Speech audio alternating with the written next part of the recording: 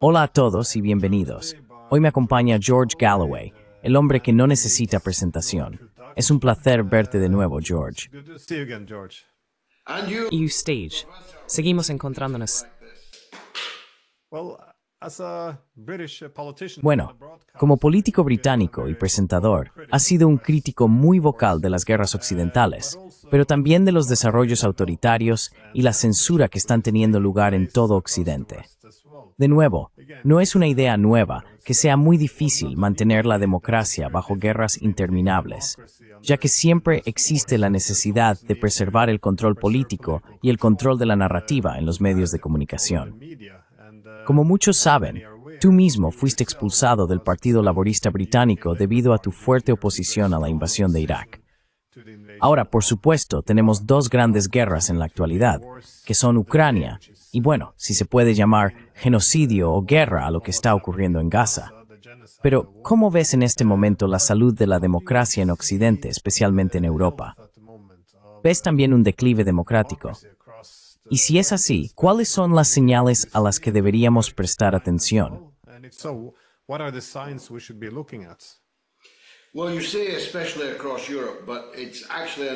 Bueno, verás, especialmente en toda Europa, pero en realidad también es un fenómeno norteamericano. Hemos visto a personas siendo detenidas en la calle por una docena o dos docenas de agentes armados por el delito de escribir un artículo de opinión en el periódico de una universidad. Literalmente vimos eso. Un juez liberó recientemente a la joven, pero fue un recordatorio escalofriante de la verdad. Las personas que decían estar a favor de la libertad de expresión y en contra de lo que llamaban la tiranía liberal de la libertad de expresión no están ahora, que tienen el control, más interesadas en la libertad de expresión o en la democracia, en ese sentido. Lo cual es un recordatorio útil, creo, porque a veces, por supuesto, nos encontramos alineados con ciertas personas, criticando a otras. Pero eso no significa que las personas con las que estamos alineados sean necesariamente mejores que aquellas a las que criticamos conjuntamente.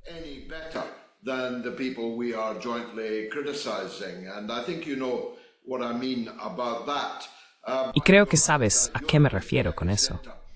Pero tienes razón en que Europa es el epicentro del asesinato de la democracia. Eso queda claro cuando puedes ver las maniobras, tanto en la sombra como incluso a la luz, que se llevaron a cabo en Rumanía debido al papel clave de Rumanía en el frente de batalla de la OTAN contra Rusia. ¿Ves de lo que son capaces? No muestran vergüenza, al parecer. Si la sienten, no permitieron que la vergüenza les impidiera literalmente cancelar unas elecciones, porque el candidato equivocado estaba a punto de ganar. Un candidato que no habría permitido que Rumanía fuera un componente clave en la lucha contra Rusia. Así que entonces entra un candidato de reserva, y luego él está ganando por goleada, y manipulan las elecciones en el último momento, hasta el punto de que Gorb describió el resultado como teniendo menos de 1% de credibilidad.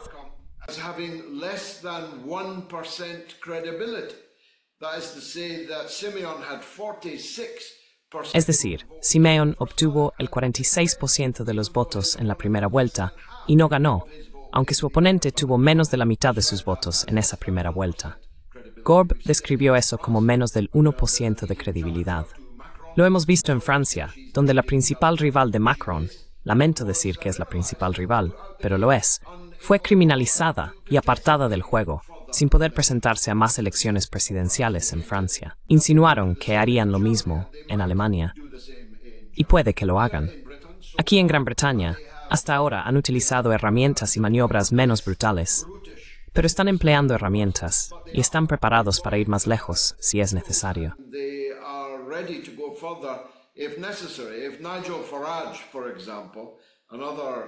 Si Nigel Farage, por ejemplo, otro líder populista nacional, pareciera que va a ser el próximo primer ministro británico, bueno, yo tendría miedo de lo que podría pasar después. Así que la verdad es que las democracias liberales occidentales ya no existen. Están aliadas con las grandes tecnológicas, y cuando éstas no se acuestan con ellas, las golpean para distorsionar y estrangular algorítmicamente a cualquier enemigo de su proyecto. La Unión Europea controla ahora Europa con sus líderes no elegidos, que no fueron elegidos. No pueden ser destituidos. y tienen una procedencia sumamente dudosa, si entiendes a lo que me refiero. La Unión Europea controla completamente los acontecimientos, al menos todos los acontecimientos de política exterior en Europa. Eso significa que la soberanía nacional ya no significa nada, y sin soberanía nacional, por supuesto, no hay democracia en absoluto.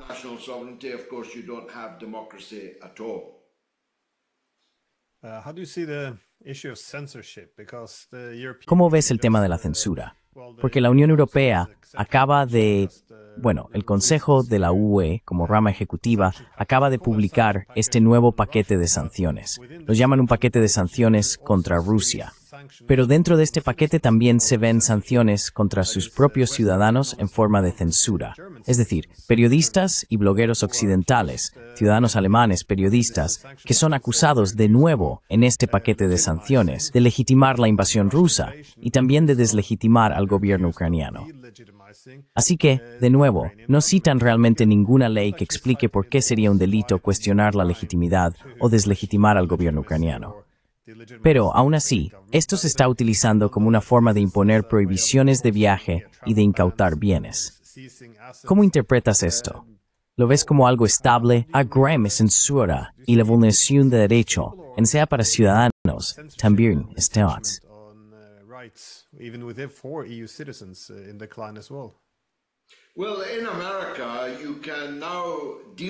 Bueno, en Estados Unidos, ahora puedes deslegitimar al Estado estadounidense, pero no se te permite deslegitimar al Estado israelí.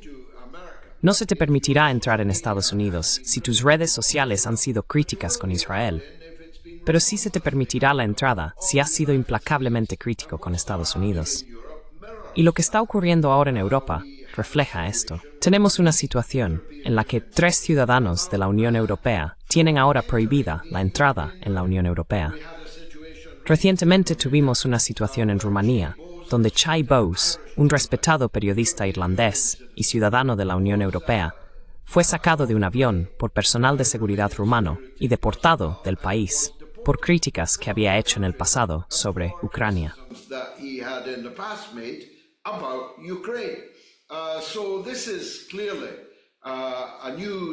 Así que esto es claramente un nuevo rumbo.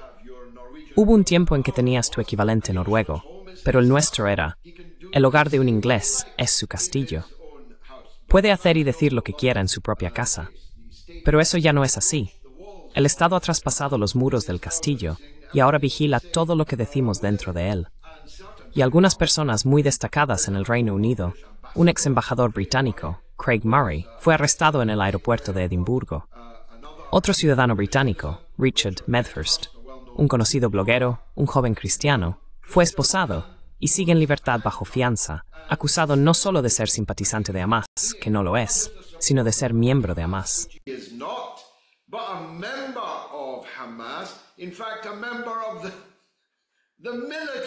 De hecho, lo acusaron de ser miembro del ala militar de Hamas. Este es un chico que literalmente no está cualificado ni siquiera para estar en Hamas. Lleva una cruz al cuello, por el amor de Dios. Y otros, como Kit Klarenberg, un periodista respetado, fueron arrestados y esposados en el aeropuerto de Luton.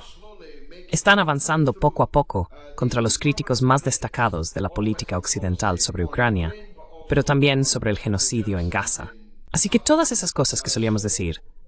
Mi padre solía creer que éramos una democracia liberal occidental, pero todas esas cosas que afirmábamos que nos convertían en democracias liberales occidentales ya no existen.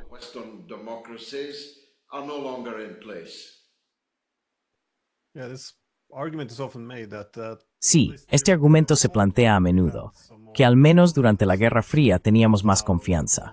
Es decir, podíamos permitir que los oponentes, es decir, los argumentos y perspectivas de Moscú, fueran escuchados. Y la idea principal era que sentíamos que teníamos argumentos superiores, así que no rehuíamos el debate. Pero nos estamos alejando un poco de esto. Y en cuanto al control del relato, ¿qué está ocurriendo realmente en Gaza en este momento, en comparación con lo que se lee en los medios?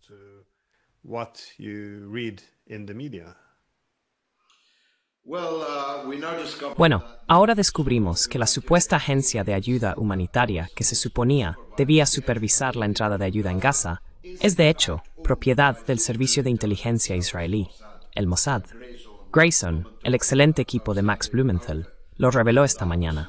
En cualquier caso, están trayendo alimentos secos, que sirven de poco cuando no tienes agua. Y además, están trayendo solo una cantidad mínima, una fracción diminuta de las necesidades alimentarias de más de 2 millones de personas. De hecho, casi 2,25 millones de personas, la gran mayoría de las cuales, según la ONU, están 100% desnutridas, malnutridas o directamente muriéndose de hambre. Esto es algo que nunca habíamos visto antes. Vimos las consecuencias de ello después de que el Ejército Rojo liberara los campos de concentración, los campos de la muerte, en la Segunda Guerra Mundial. Vimos cómo era una población cautiva, hambrienta y asolada por la hambruna, pero, por desgracia, solo después de los hechos. En este caso, lo estamos viendo en directo en nuestros teléfonos. Y aún así, aunque ha habido un ligero cambio en la retórica, especialmente cuando se está de gira en lugares apropiados, como Macron hoy afirmando no continuar, y demás, aún así, todo es cruel.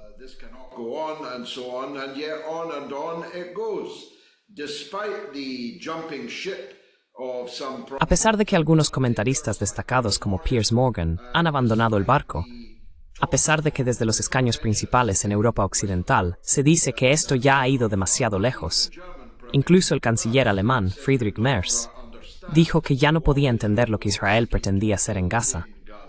Bueno, puede que él no lo entienda, pero sigue armando a Israel. Y sigue criminalizando toda oposición a ello. De hecho, apaleando a personas en las calles, a sus propios ciudadanos apaleados en las calles, de una manera que habría sonrojado a la Gestapo, por alzarse contra el genocidio en un país que fue responsable de un genocidio en los años 30 y 40. Así que lo que está ocurriendo es que hay mucha divagación en torno al tema de un alto el fuego.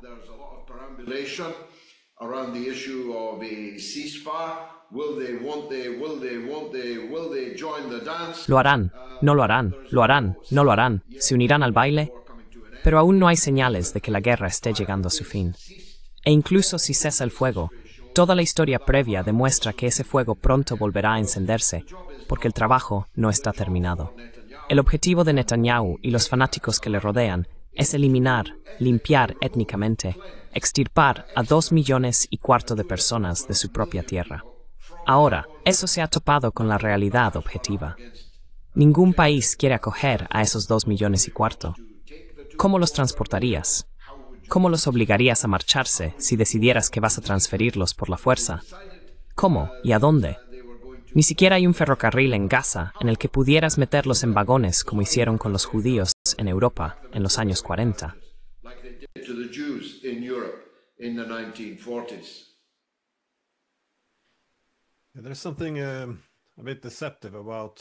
Hay algo un poco engañoso en la forma en que los medios se lanzan, por ejemplo, sobre los nuevos comentarios de Alemania, diciendo que esto es indignante, tomando así la distancia necesaria para evitar, más o menos, un levantamiento contra la complicidad en el genocidio.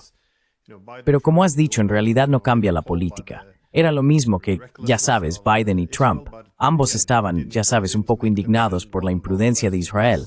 Pero de nuevo, eso no hizo que enviaran ni una bomba menos por ello. Siguieron participando plenamente. Así que sí, parece que no es del todo genuino.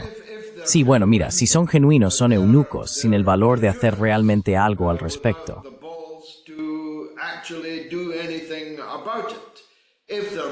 Si no son sinceros, entonces están mintiendo para evitar, esperan, acciones legales en su contra por parte de sus propios ciudadanos en los próximos años.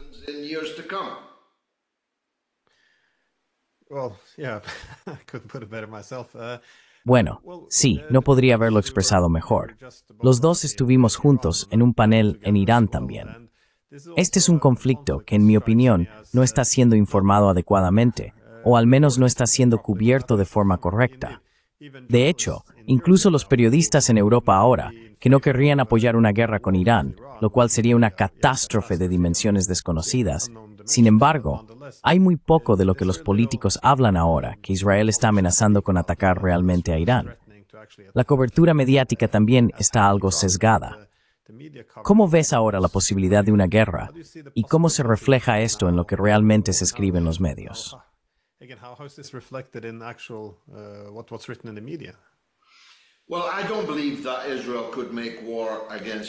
Bueno, no creo que Israel pueda hacer la guerra contra Irán por sí solo. Eso sería un acto de suicidio nacional. Haya probado Irán o no un artefacto nuclear en el desierto el otro día, y creo que probablemente no lo hicieron.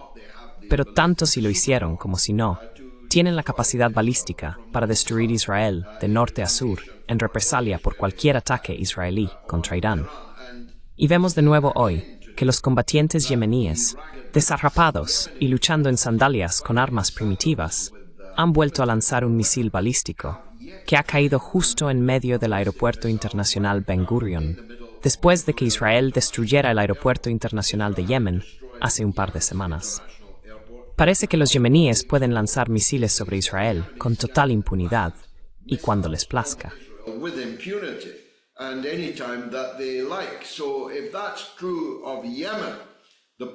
Así que, si eso es cierto en Yemen, el país más pobre del mundo, ¿cuánto más cierto será en Irán, que tiene decenas de miles de misiles más precisos y potentes de los que los yemeníes podrían tener jamás?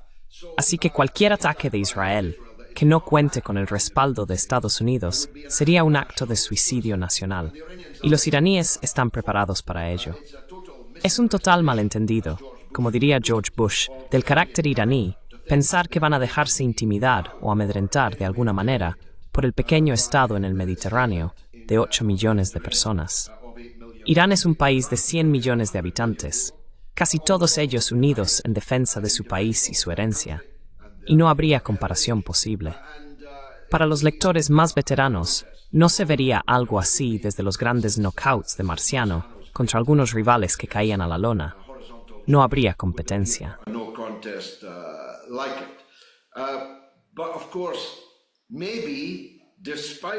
Pero por supuesto, quizá a pesar de lo que dice Donald Trump, cuando dijo ayer mismo que había advertido, usó la palabra advertido, que había advertido a Netanyahu contraatacar a Irán. Bueno, de nuevo, volviendo a un aforismo anterior, algo grosero. Si eso es cierto, y aún así Israel sigue adelante, entonces, ¿qué clase de agallas tiene Donald Trump? Y si no es cierto, ¿qué clase de mentiroso es, fingiendo estar negociando, fingiendo haber advertido a Israel, pero aún así está implicado y tiene la intención de hacer la guerra a Irán en defensa de Israel? Ambas posibilidades son ciertas. Es posible que todo esto sea un farol de Netanyahu, quizá para acelerar las negociaciones con los estadounidenses, pero ya han tenido 5 rondas y está prevista una 6ª ronda de conversaciones.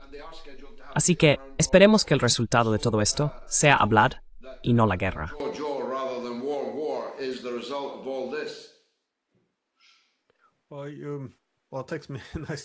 Bueno, eso me lleva perfectamente a mi última pregunta, porque usted se refirió al carácter de Irán, que creen que Irán en realidad no respondería. Pero, ¿cree usted que los responsables políticos en Washington conocen las capacidades de Irán y saben que Irán tendría toda la intención de responder realmente? Porque parece que, en los días en que usted se oponía a Irak y a las sanciones contra Irak, había mucha gente en Estados Unidos que parecía absolutamente convencida de que estaban en el lado correcto de la historia, de que estaban haciéndoles rendir cuentas.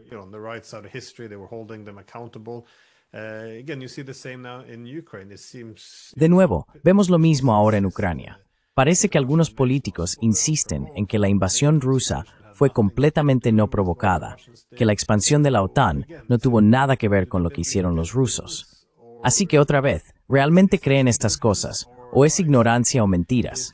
Porque si no conocen las capacidades de países como Irán y cómo responderían, entonces, si descartamos por completo la suposición de que los actores están bien informados y son racionales, pueden hacer cualquier, básicamente.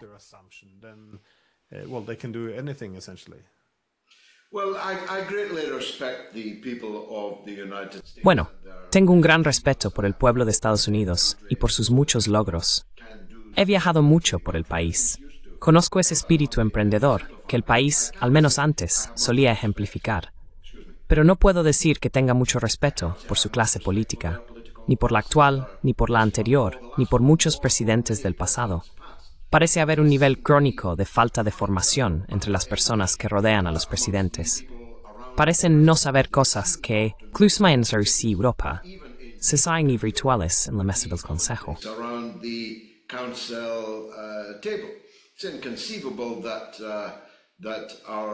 Es inconcebible que nuestros propios líderes, al menos así era en el pasado, no dispongan de las pruebas proporcionadas por grandes expertos que Estados Unidos indudablemente tiene. Jeffrey Sachs, Mearsheimer, incluso Tucker Carlson. Hay personas allí que saben. Si los responsables políticos estadounidenses no están siguiendo sus consejos, quizás ni siquiera los están considerando, entonces realmente estamos en una situación peligrosa. Donald Trump parece no tener tiempo para leer. No estoy seguro de cuánto le gusta leer en realidad. Ni siquiera estoy seguro de que haya leído los libros escritos por encargo que llevan su nombre. Pero debería haber personas a su alrededor, en el Estado profundo y en el Estado político, que sí sepan, de hecho, cuáles son los verdaderos hechos del asunto.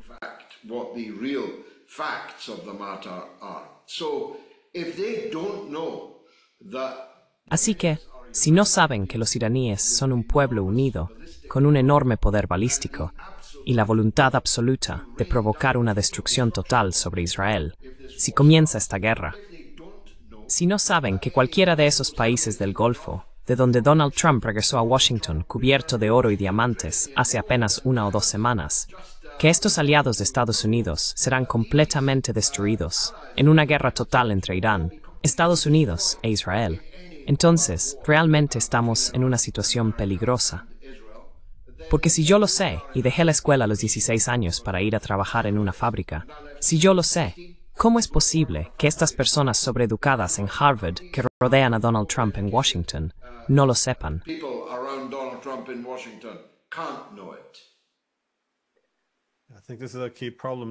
Creo que este es un problema clave hoy en día.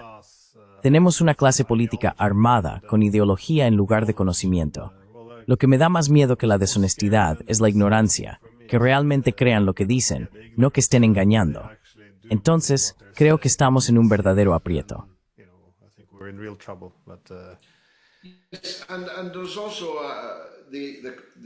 Y también está la creencia en el excepcionalismo. Aquí estamos tratando con 2 países que se consideran dotados de un excepcionalismo otorgado por Dios. Los israelíes lo mencionan más a menudo, pero el excepcionalismo estadounidense está muy presente en la política estadounidense, que tenían un destino manifiesto para exterminar a decenas de millones de los habitantes originales de la Tierra, que ahora llaman Estados Unidos, que tenían el destino manifiesto de traer a millones de personas de África encadenadas y esclavizarlas en los campos, y que tienen el destino manifiesto, el derecho divino excepcional, de ser la potencia dominante en el mundo. Estos son rasgos muy peligrosos, y en tu mérito, en tu parte del mundo, creo que nadie admitiría abiertamente considerarse el pueblo elegido de Dios o tener un derecho divino a conquistar a otros pueblos. Puede que quieran hacerlo, puede que lo disfracen con otras palabras, pero no lo dirían abiertamente.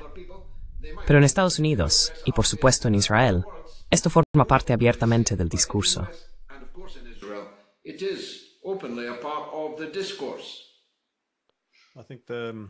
Creo que la hegemonía liberal ha influido en toda Europa, aunque sea en términos de tener, si no una sensación de haber sido elegidos por Dios, al menos un propósito divino al defender valores superiores frente a aquellos considerados inferiores.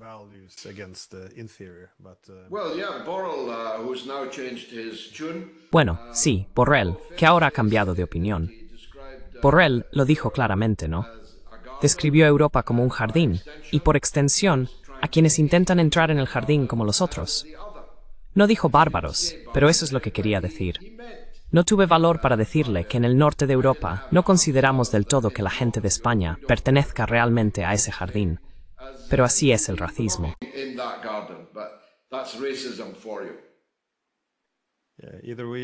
O entramos nosotros, o entra el jardinero y recorta la jungla, o la jungla invadirá el jardín. Eso lo dijo Borrell. En fin, George Galloway, gracias por ser tan generoso con tu tiempo y espero verte de nuevo pronto. Un placer. Estoy seguro de que nos volveremos a ver pronto, si Dios quiere. Gracias, Glenn.